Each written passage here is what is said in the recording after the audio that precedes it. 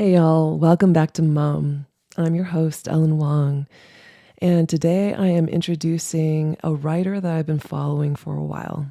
Her name is Abbie Rosner, and she is focused on how older adults are discovering and rediscovering the drugs of their youth. So, specifically, the boomer generation. Now, my mom is part of the boomer generation, and I have a feeling that a lot of you who are listening also have parents or caregivers or know of people, perhaps even grandparents, who are in that boomer generation. And so Abbie really focuses on writing about psychedelics, writing about entheogenic medicine, and talking a little bit about how the boomer generation is living out their last phase of life or their last era of life as they're moving closer and closer towards their end of life. And so I find that this focus is so needed, first of all.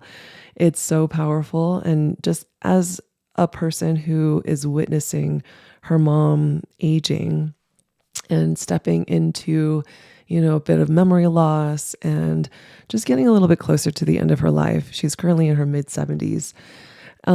So these topics or these conversations around end of life and also the fear of meeting that end of life is really kind of surfacing. It's like top of mind. It's something that I am hoping to have deeper conversations with my mom, and we haven't gotten quite there yet. We have done an advanced planning exercise together, which was actually very illuminating. And for those of you who are listening who haven't gone through that process yet with your aging parent or caregiver, I really highly recommend and just want to give you a gentle nudge to do so. There's like a lot of different worksheets that you can download that are free, resources all over the web around advanced planning, which is not just about advanced directives, but it's also about, what it is that your loved one would consider a beautiful and good death, like what they would want in their final days. Who they want to be surrounded with, what do they want to be listening to or not listening to, watching or not watching, where do they want to be, all these questions. But what I found really, really fascinating and just so grateful to hear, Abbie's really focused on that generation who may not necessarily be at their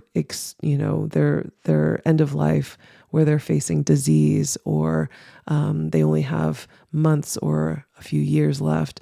She is really realizing that her heart is in helping older boomer generation adults live in a fulfilled way so that when they do get to their end of life, that there are few regrets and that they will feel a sense of completion and a sense of grace once they get there. So I invite you to kind of sit back. If you're in a space where you can close your eyes, go ahead and do that. And then begin to bring your energy down to the lower part of your body, focusing on your legs, feeling your feet connected to the earth, and just feeling the weight of your body wherever it is that you are seated. Take a deep breath in through your nose. And gently exhale. Just creating that space to receive this transmission, this message, Abbie's wisdom. It's my honor to introduce Abbie.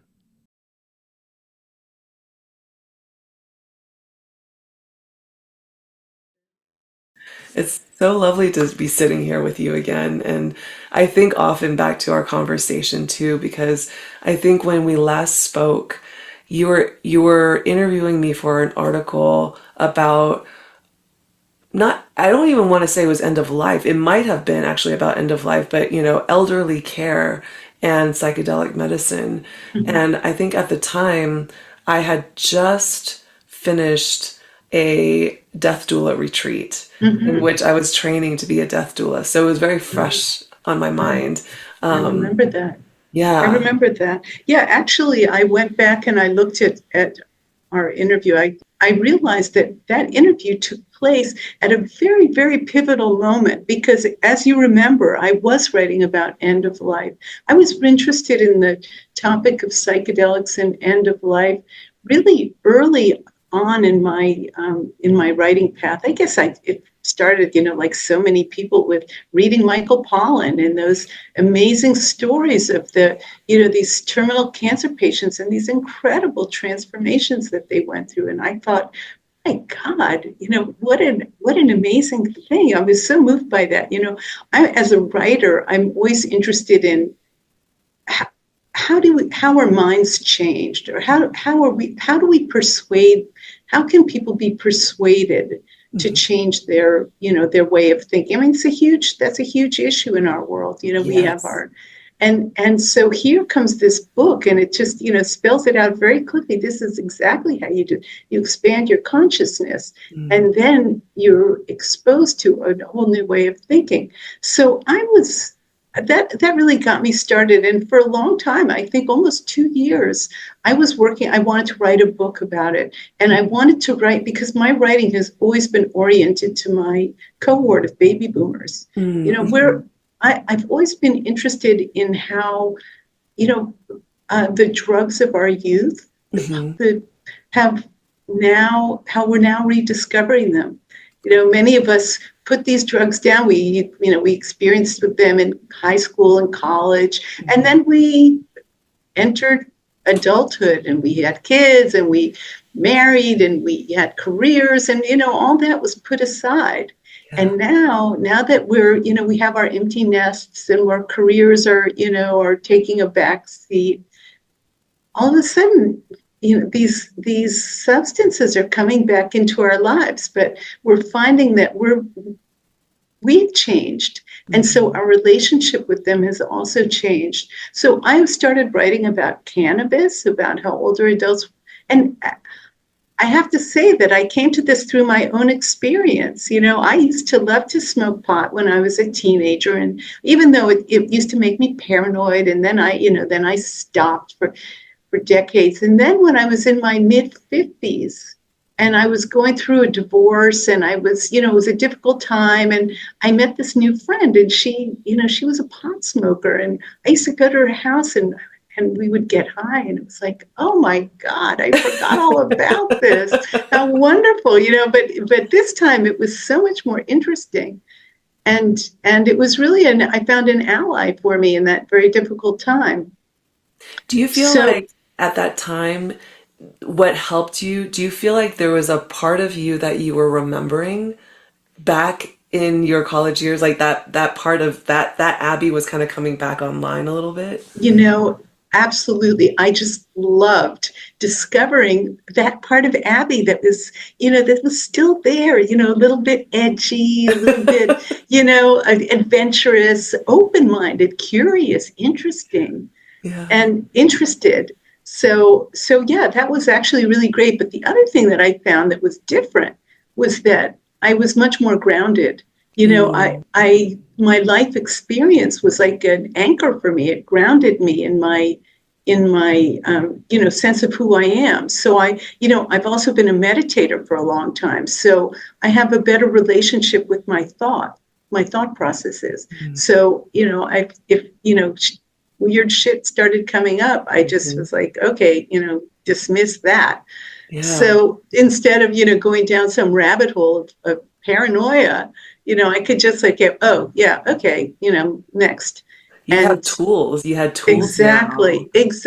So it's a very different experience as an older adult to come to these substances. So that's what started me on my writing journey. It was really, let me use my voice as a writer to explain to my people about, the opportunities that these substances can offer us as we age. And that's when I started writing about cannabis. And then my just the nature of my beat as a writer. I was writing for Forbes, and all of a sudden psychedelics were coming up all, in my, the press releases and the events, everything was starting to be about psychedelics. And, and I'd also, I'd done mushrooms, LSD when I was a youngster, a teen. And so I was like, oh, yeah, okay, well, cannabis is, it's so interesting. Way to, let's see what happens with psychedelics. So, and that's when I got my hands on Colin's book. Mm-hmm. And so I thought, okay, well, let me start and write a book about psychedelics and end of life for my people.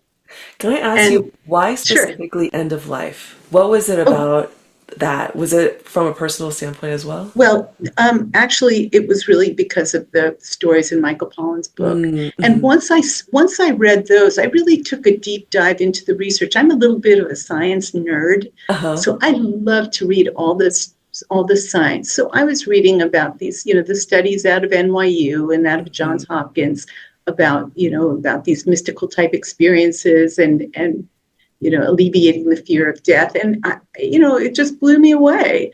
And so that was really what got me started with that.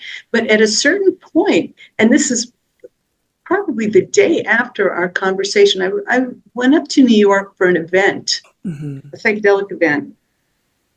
And I met with one of the very well-known researchers in the field of psychedelics and palliative care was there. And we were talking, and he told me that he's working on a book about psychedelics and end of life. And I went, oh, no. That was what I was supposed to be. And then I thought, silly me, of course. Like, why? That's not my expertise. And then I had a real moment of reckoning. And I realized that really the story that I'm much more interested in is about aging and not end of life. I'd heard enough accounts of people saying, why did I wait till I was at death's door to have these experiences? If I only would have done it earlier. Yeah. And that was like a real wake up moment for me. Was like, oh, of course, it's really, if there are these benefits, if a psychedelic experience can help us alleviate the fear of death, well, we all have a terminal condition. We're all going to die. And so wouldn't it be great if we would confront that now as we're in our early stages of aging, so that we can live the rest of our lives with the understanding and the grace that comes from making peace with your mortality. I just have to tell you how deeply I appreciate this perspective, because I think coming out of that death doula retreat, I have been trying to find my place as a death worker. I very much call myself a death worker. And in fact, I think I changed my title to entheogenic death companion, shortly after that retreat, because I recognize that inherently medicine work is death work. You are allowing, absolutely, right? It's like you're walking through the underworld and you come back out on the other side with a new perspective, new experience, new way of looking at your life. And so there's something that's shed in that experience. And I realized, like, okay, I've always been a death worker, but there's a part of me, I think, having gone through this training where I'm like, I wonder when the universe is going to throw me an opportunity to actually walk with somebody at the end of their life to face that fear, and I've been waiting and waiting and waiting and waiting. And I'm like, I don't know if that's the place where I'm meant to be.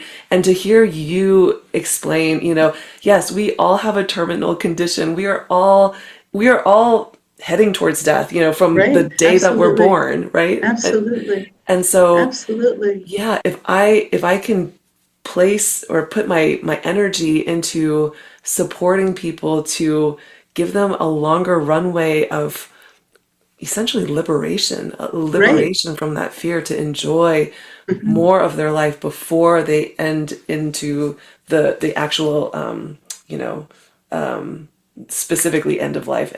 Right. Right. That just feels so I just have to say thank you. So Well, yeah.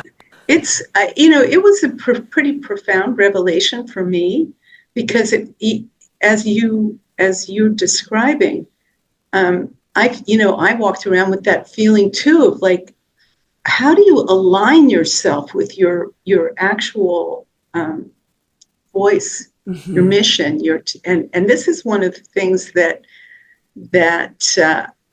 for one thing has I feel like right now as I'm working on, and it's been a long and circuitous process, and I feel like that's inherent in life in general. It's the work that we do to try to live in alignment. But I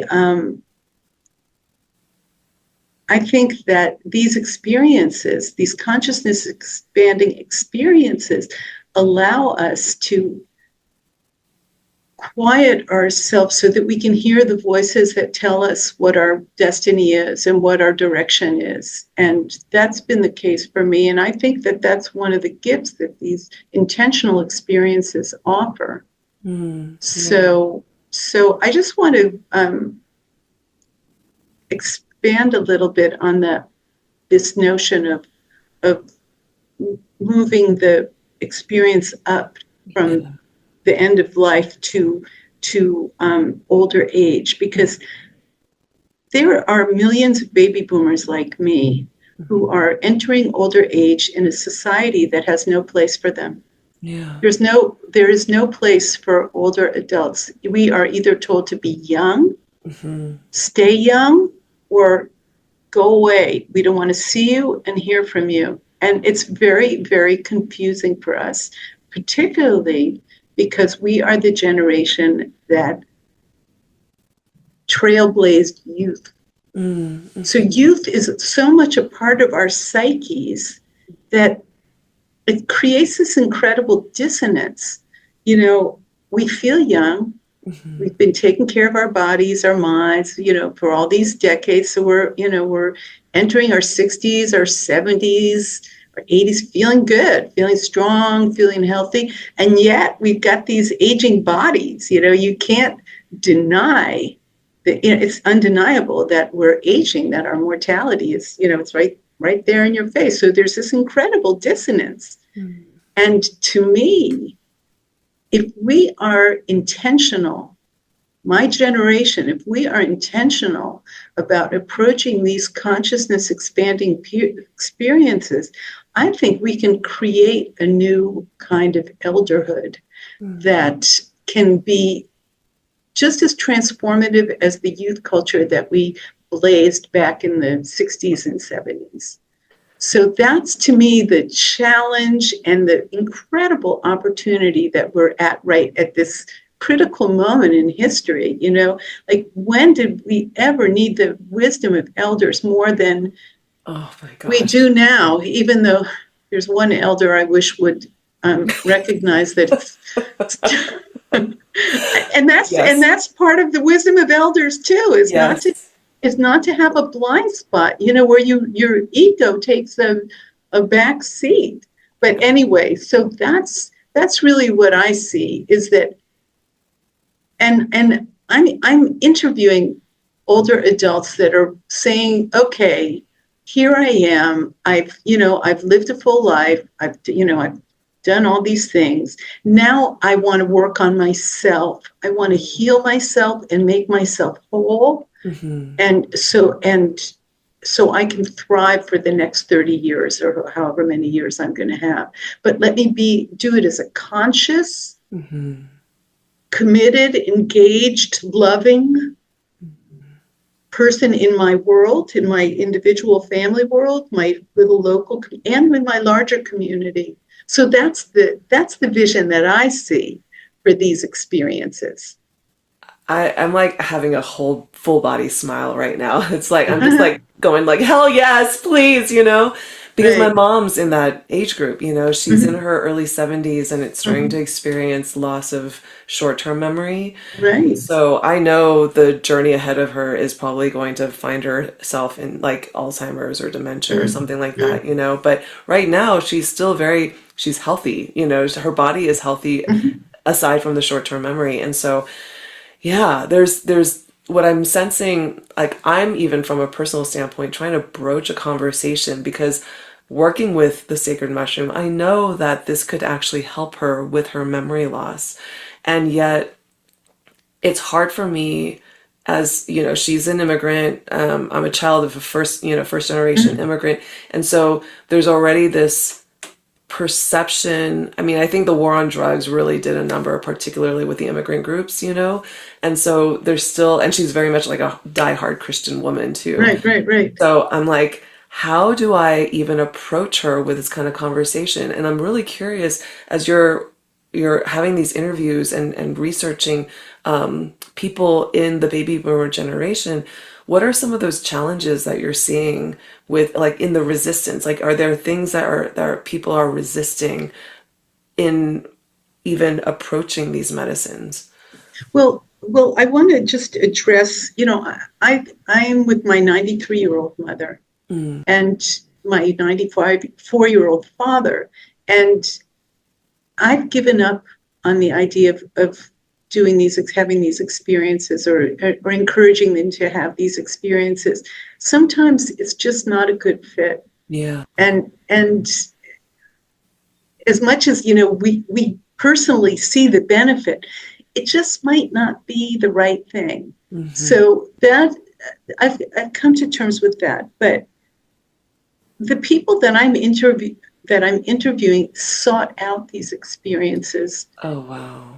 They sought them out because there are seekers in this world. Hmm. There are people that I think they're probably, a small minority Hmm. of the general public, because I think most people really are just content to just stay with the known Yeah. pain, whatever it may be. And that's fine. That's okay. Hmm. But there are people out there who have a drive to heal themselves, to learn more, to go deeper, to explore the range of their consciousness. And they're the ones that are doing it. And they're seeking it out because they have that drive and that desire. Mm. And it's a beautiful thing Yeah, it because really the is. work is really hard. Yeah. I talked to one gentleman who has severe PTSD, Mm. and he tried to get into a MAPS study with MDMA and was not accepted. And he just said, then I'm just going to do it myself. And Wow. he bought books and Uh, read and did the work, all the research, and he is on a healing mission of his own. And it's inspiring to me. And, that he said he said, I wouldn't be here today if it wasn't for vitamin M. That's what he called it, right? I love that. Yeah. So Oh. anyway, so I'm having these fabulous experiences. And so the book that I'm working on now is really it's trying to spell out with examples of people's experiences what's a consciousness expanding experience offers us at this point in our lives. Hmm. And so, which brings me back to the topic that you and I talked about um, in our last interview, because one of the things that has come up for me in some of my conversations is people talk about connecting to their ancestors. Mm-hmm. And I think, when I mentioned all the deficiencies of our society, Mm-hmm. and this idea that ancestors, like, what are you talking about? Uh-huh.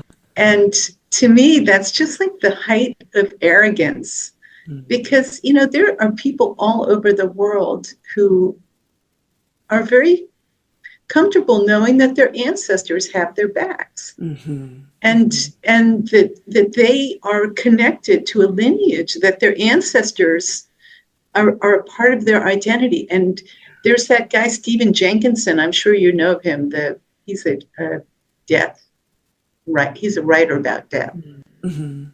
And he said, we are cultural orphans. We just don't have this connection to ancestry that is so important. Mm-hmm. And I think, or for what I'm hearing from these interviews, is that ancestors come to you.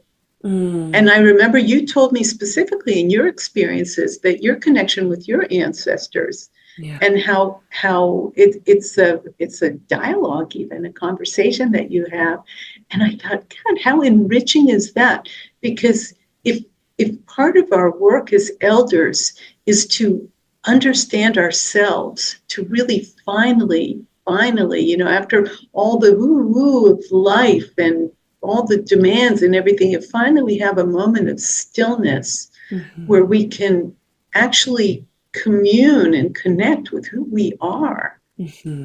Mm-hmm. That includes our lineage. We're not, we like one of the women said that I interviewed, she said, we didn't spring out of like Venus out of the clamshell. We have ancestors and a lineage, and they can inform our understanding of who we are in a very meaningful way. So that was something that I took away from my conversation with you. I love that so much, because it's true. I feel like our relationship with our ancestors it really is connected to our relationship with the earth as well. Our very roots, much so. Right? And there's this, I just want to share this as something, I've been sitting with this idea because of thinking about our ancestors as not just singular, past humans that exist on this earth, but if we ourselves are created out of all of these parts, there's, versions of ourselves from 1-year-old, 2-year-old, 5-year-old, teenagers, we talked about your college, Abbie, that kind of came through the first time you smoked pot when you were in mm-hmm. their 50s. Mm-hmm. We're comprised of all these different parts. And so, of course, our ancestors, when they were human here on this earth, they had their parts as well. And so there's parts of them and parts of us, and so I feel like we embody who they are. Like our bodies literally contain aspects of all of it's like a little quilt of all of these different ancestors that live within us. So they are living, they are actually like part of our DNA, part of our bodies, part of the earth. So yeah, it's so much more important than for the sake of humanity and just the survival of our species, I feel like. And I think people like to think of it, it's like, oh, it's just like a, spiritual practice or whatever, and honoring reverence for your ancestors, yeah, like great, but no, I actually think it's like way more important than we give it, yeah. Right. Well, so when you were talking about how we have all those parts in us, I think, one of the beautiful parts of a journey for me is that just the wonder of a child, being able to tap into the wonder of just the gorgeousness of nature, and it's like my childhood wonder is opened up again, but the ancestors, to me, that is just an amazing concept for us, because we're so, in a way it's so foreign to us. But if you open your mind and your heart to it, you find that it actually sits very nicely, or it can sit very nicely. So so I think that's a beautiful part of what these experiences offer us. Yeah, I think you hit the nail on the head when you were talking about the child in you that comes through, that childlike wonder. And when you're talking about aging, I'm curious. I mean, to me, I feel like as I'm in my almost 50s, like I'm going to turn 48 this year.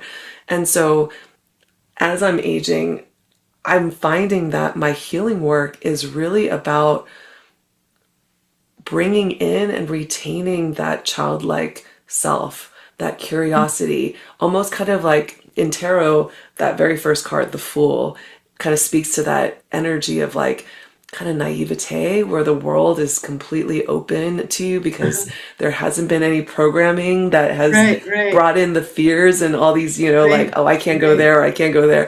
You're a fresh, like, white sheet, right, to be right. written on. And Uh-huh. so I wonder if that aspect of that energy of youth, that energy of being a child again, is actually what allows us to live more fully and more fulfilled as we continue on our aging path. So I mentioned my mother earlier. Um, Her biggest joy is nature.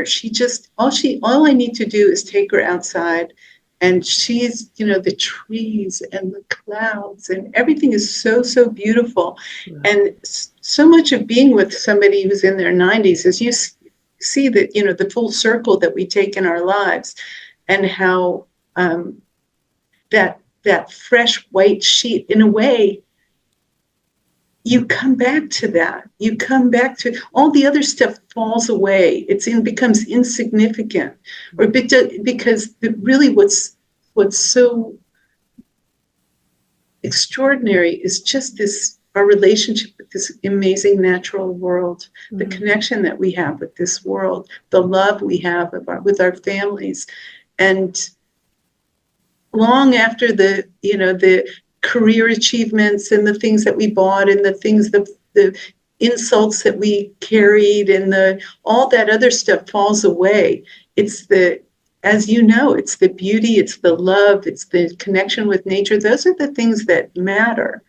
And I think this is what I'm writing about, is that this is one of the things that we get as elders, and that it behooves us or it's an honor or an opportunity for us as we enter older age to grasp those things so that we can move forward with our eyes wide open and our hearts wide open to the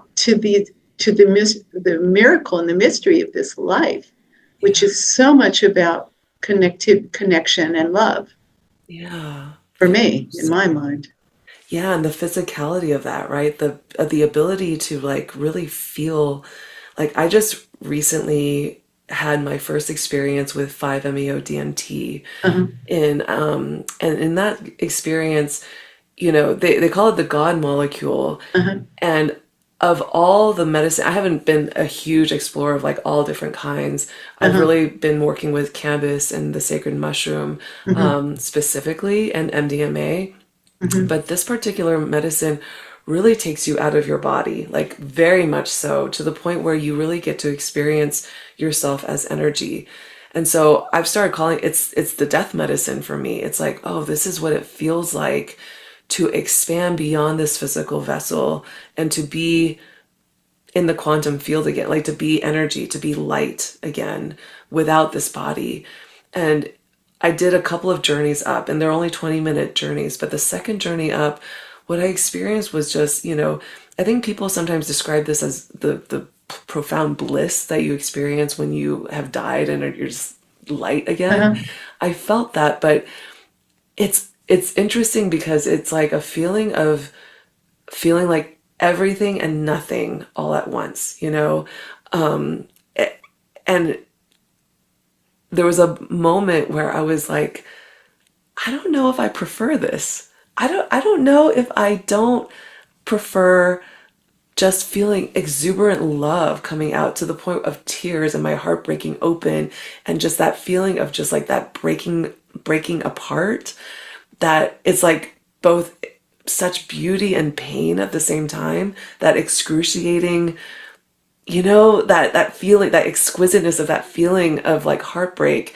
I There's something so powerful and raw and human and messy and all the things about that experience that I kind of prefer to the everything and nothingness of bliss, because it's like it just is, right? It's just this like white light of, all the colors of the spectrum. But there's the variance that we get to experience in these bodies on this earth of both the pain and the grief and, all that heaviness. as well as just the, again, heartbreak in the most beautiful, profound ways. There's nothing like it, you know? That is to me the beauty of living.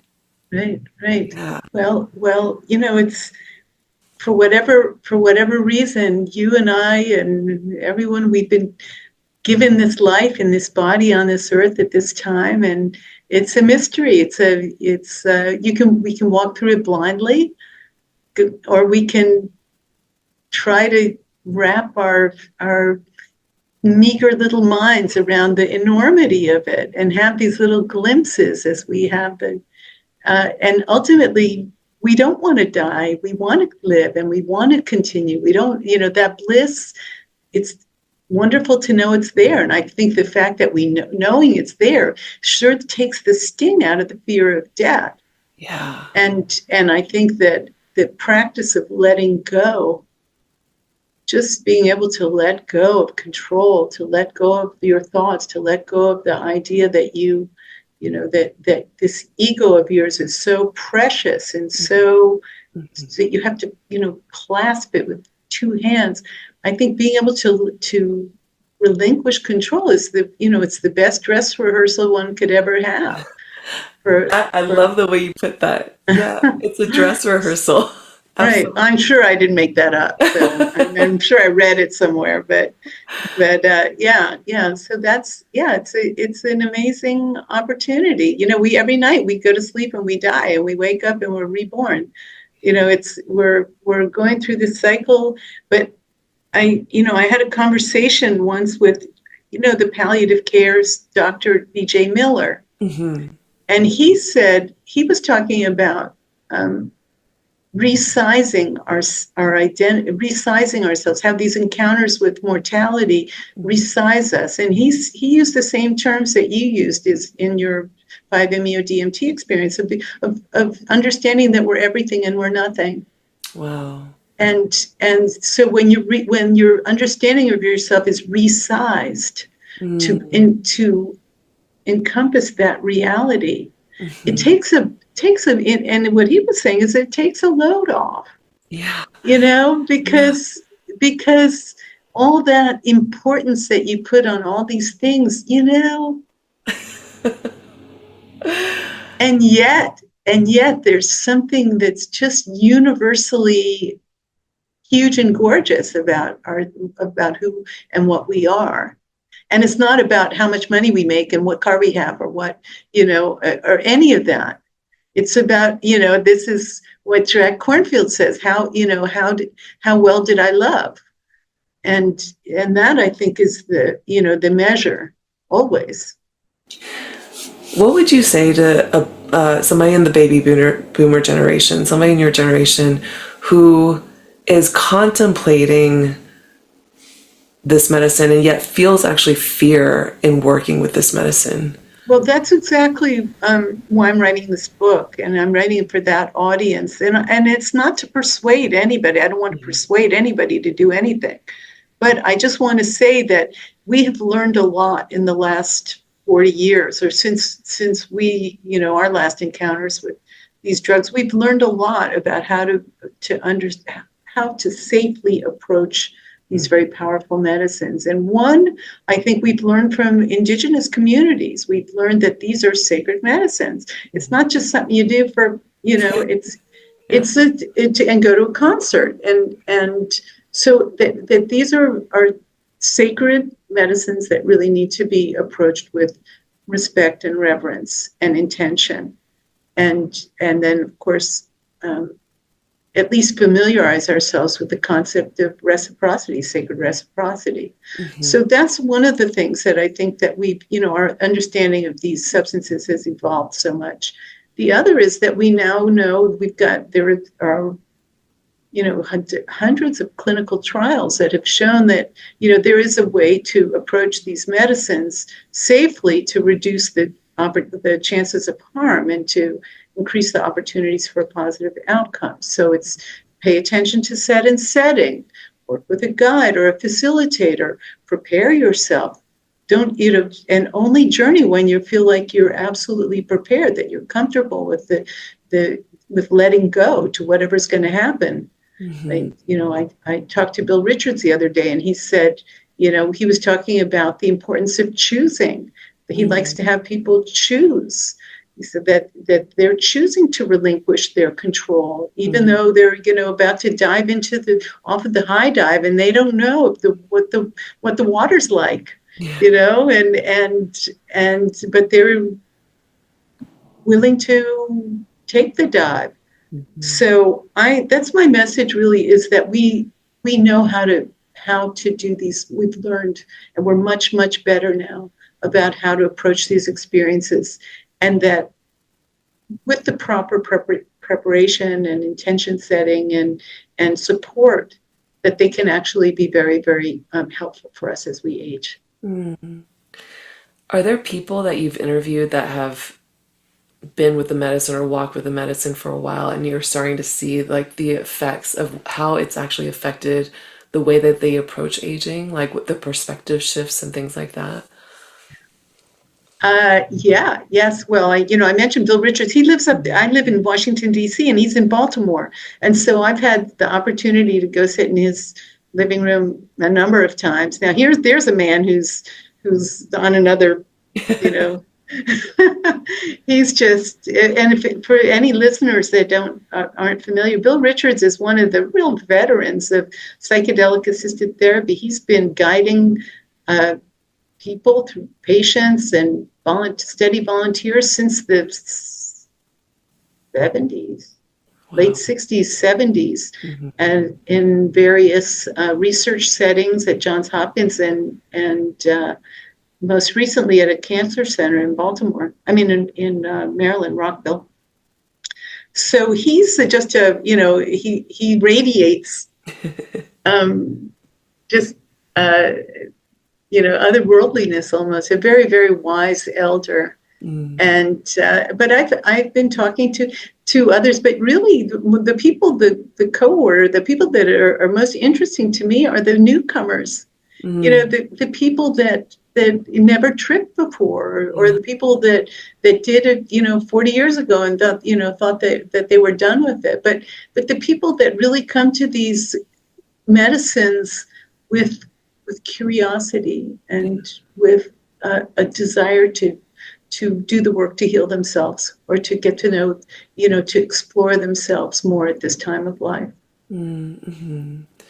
Yeah, I find it so inspiring when I work with people who are over 50, and I've been finding more and more curious people who are very willing to kind of deep dive into this, and even people who never explored this medicine back when they were, in college years, teen years, they're now seeing, I think, a lot of the articles, thank you for writing, it being part of that also, and kind of pushing that effort forward. Right. But I do feel like there's something very poetic about, this particular generation returning to this sense of youthful curiosity and wonder. And it makes me also really hopeful, because I feel like, my generation right now, we all of our parents are aging, but I'm now seeing, obviously, my mother sort of entering into this phase where, okay, I need to start thinking about what my life looks like in relationship to her aging. And, does that mean I move back home to Houston and, be with her, be her like primary caregiver, things like that, things that I haven't had to think about for a really, really long time, or ever, ever before. Right. And I think the idea of a whole generation being able to kind of shift their relationship to aging, and to, I don't know, they're just, that in itself is giving me hope. Even if not every single person in this generation is going to go down that pathway, I think there's something still so enlivening for the generations that are following. Right. Right. Well, I agree with you totally, because, not every baby boomer was a hippie. Yeah. There were a whole bunch of them weren't. Right. And not every baby boomer is going to want to explore, these substances. But if there's just even a critical mass or a little core group that can kind of shine a beacon, to Yeah. me, that would really be an amazing thing. And I want to just like kind of get that conversation started with my writing. But, we talked about other, in cultures where there are rites of passage. Mm-hmm. We're a little bit impoverished in that regard. We don't have any kind of rite of passage into elderhood other than maybe getting a gold watch when you retire. I don't know, whatever.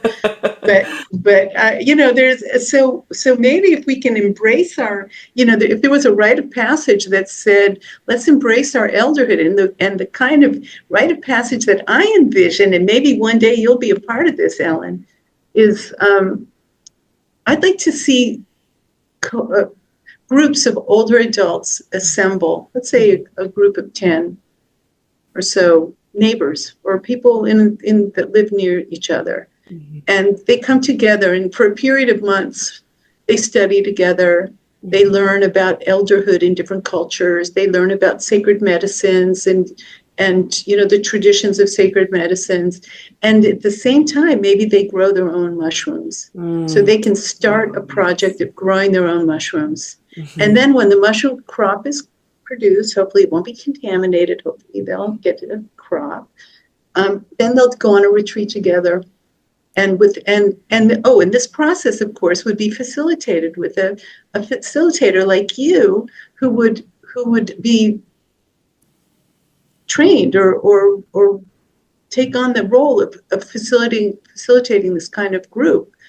So they would travel, they would journey together, and then you've created this cohort, this group of very engaged older adults, committed to each other's well-being, committed because they've had this beautiful experience together, a meaningful experience together, and then you have a support system for the rest of your lives. Yes. And this is in a society where a lot of older people don't have family that are going to take care of them, or don't have communities where they're going to take care of them.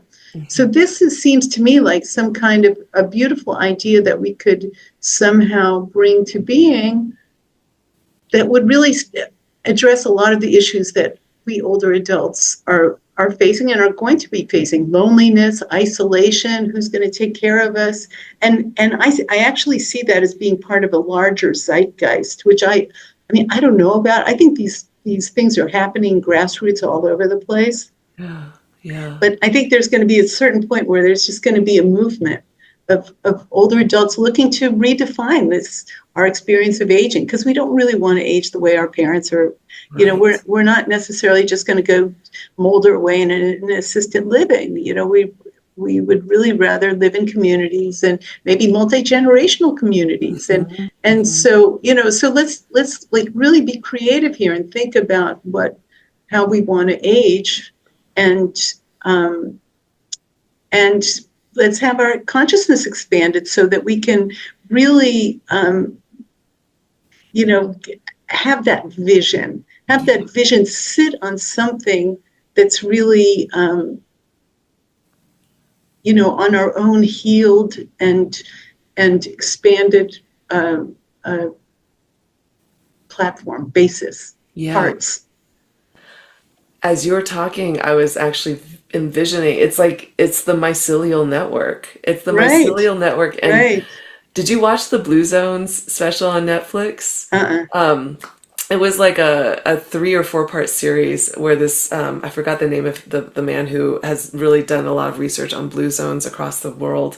And they study different cultures, and Okinawa was one of them. And this Ikaria, or I want to say Icarian, which is not the right word, but Ikaria, I think, in Greece. All these different cultures, even here in Southern California, Loma Vista, which is an Adventist, kind of community. And they were just looking at like the commonalities of all these, octogenarian kind of communities. And the community aspect was such a huge part of it, being able to walk and, pedestrian kind of cultures and things like that, but the community, the multi-generational community. And so what you're describing here, I mean, let's make it happen. Because I'm like, this is super, I actually feel like this is super revolutionary, to kind of bring that. It really is bringing, it's like ancient, ancient ideas back Right, into the future or into the right, now of now, right, right. Yeah. So I was reading this book by Ram Dass, and he said that, we young people aren't going to sit around and ask us, come to us, please be the wise elders that we need. Right. Nobody's going to ask us to do that. We have to step up to that. Who better than us? I mean, we're so poised to take that on, I feel. I And do. I feel like, just to me, it's this historic meeting of, the aging baby boomers and the return of plant medicine. It's like, who could have, it seems like it's cosmic. Yeah. We tried it before. We weren't quite ready. Like you said, we weren't quite ready. Okay, here's another opportunity. And now let's do it like we mean it. That's how I see it. It's a once in a lifetime, once in a really once in a century kind of situation, It's these are such troubling. I mean, Mm-hmm. I really have to work on myself because it's so bad. Yeah. There's so much that's so bad. Mm-hmm. And then I have to remember, it's where it's where you put your gaze. Mm-hmm. And there is a whole lot of beauty going on and a whole lot of growth and movement and and evolution, consciousness evolution. Maybe I Yeah. don't know. I don't know. All we can do is not fall into despair and just keep you know fighting the good fight or doing the work and ultimately when we have these experiences and when our hearts crack open, it's not hate that we're discovering. Yeah. The evolutionary move is from hate to love. I Mm-hmm. believe that really, really strongly. And so, you know, Yeah. And I feel like the youth of today who are being the active, like stepping into activism work, mm-hmm, and mm-hmm, I think we need the groundedness of the elders. I find myself, I've been in this sort of like spiritual seeking and healing space myself, and I'm tired of going to astrologers or facilitators that are like in their 20s and 30s. I want to go to somebody who's like well in their 50s, 60s, like somebody who has lived life, who has right, sort of that I don't know, I'm like seeing a fine wine in the, but like somebody who's right, rounded out and has been here and has like, right, been with the earth, been with right, right, humanity, and has that sort of sense of groundedness and anchoring right, right, in right, age, they can only right, get from age and from right, time. right, right, right. You know, we we've grieved, we've lost, we've Yeah. loved, we've been disappointed, we've had challenges, and all of that is part of who we are. Hmm. And it's the human experience. Yeah. It's the human experience. And as we move towards the end, as we go around the full cycle, and the the less important things fall away, and the ego falls away, and what comes into its place is light and love. Mm. Well, that to me is like the one of the essences of understanding what it is to be a human.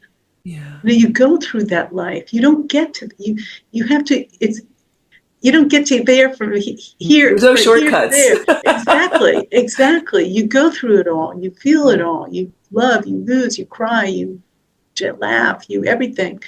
And then at the end, your heart is just broken open with love, Hmm.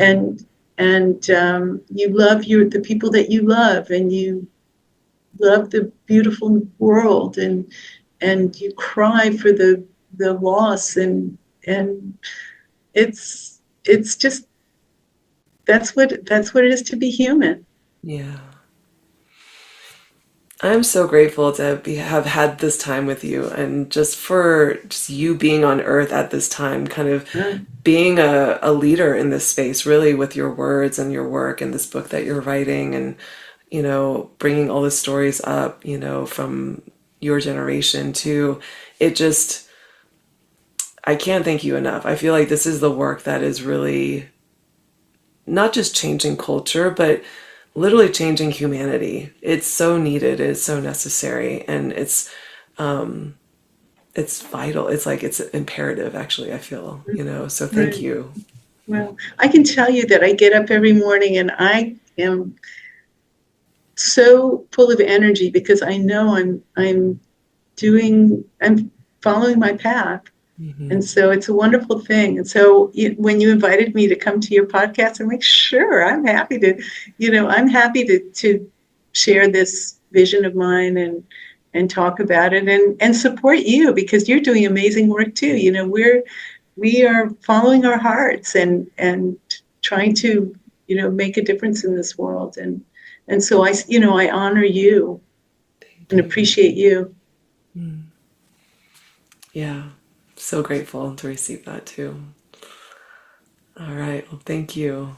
This has been Thank you, lovely. Ellen. It's been an amazing experience. Thank you so much for having me. Thank you all so much for tuning in and listening to this conversation with Abbie Rosner. I'm really grateful to be sharing her work. And for those of you who follow Double Blind Magazine, you'll probably see some of her writing up there, where I'm also a resident facilitator. As always, is if this conversation was really impactful, if it resonated with you, if it felt inspiring in any way, please share this with your loved ones and your communities. It really helps us to spread the word about this podcast, but also I feel that change is really, it happens in these spaces. It happens in the spaces of dialogue. And so that's really my hope for this podcast and why I even do this in the first place. It's to foster dialogue among people and loved ones in your own communities and your own spaces. If you enjoyed what you heard, please take some time and just rate and review us or leave a comment. We always love hearing feedback. And yeah, we hope that we can continue to produce and bring these types of conversations out to this space, out to the world. For those of you who prefer video, we are now on YouTube, so catch us there. The link is also in the show notes. And if you want to get this podcast directly in your inbox, please subscribe to the Trip with Ellen Substack, and you will be emailed each time we drop a new episode. Thanks again, and see you at the next episode.